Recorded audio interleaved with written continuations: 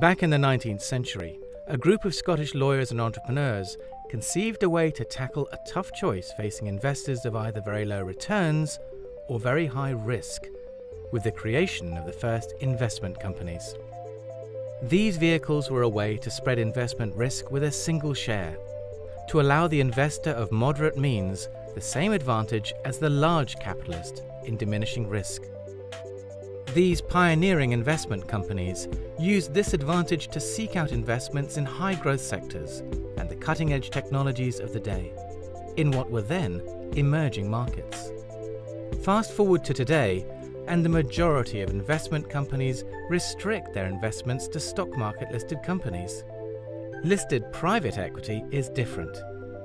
It takes the original concept of those investment companies that opened up the exciting growth opportunities of their day and applies it to 21st century growth enterprises.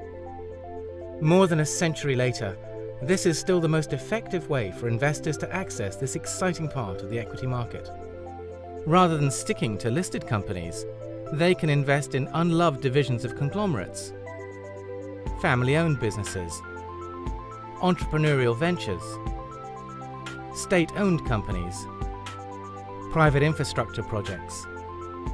This flexibility means listed private equity firms can seek out investments from a much broader pool of opportunity, whether it's high-potential tech companies in Silicon Valley, manufacturing businesses in Germany's Mittelstand, wind farms, or investing for growth across any number of service sectors.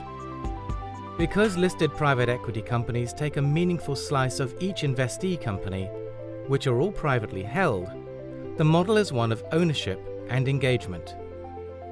This carries important advantages over the more passive approach of taking a small slice in publicly held companies run by management stewards. For one thing, private equity investors can spend much more time analyzing and assessing each prospective investment than other fund managers could afford to. This diminishes the risk for investors on the way in. Then, by taking board seats and voting powers, private equity firms have a voice. They can have a strong influence on the company strategy, sometimes even replacing senior managers in order to enhance value or to protect their investment. More importantly, as empowered shareholders, private equity investors can introduce strong alignment of interest between company managers and underlying investors. That means companies are run for the people that own them, not for the management stewards. Private equity doesn't give arbitrary bonuses, and there are no rewards for failure.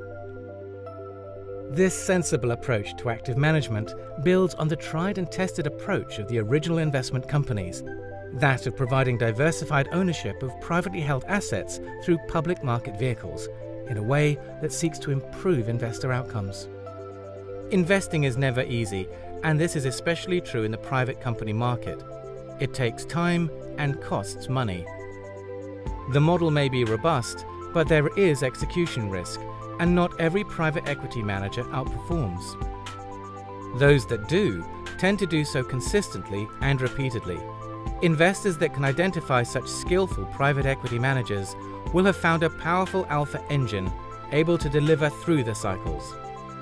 Listed private equity, taking the pioneering and prudent spirit of the original investment companies and making it work today.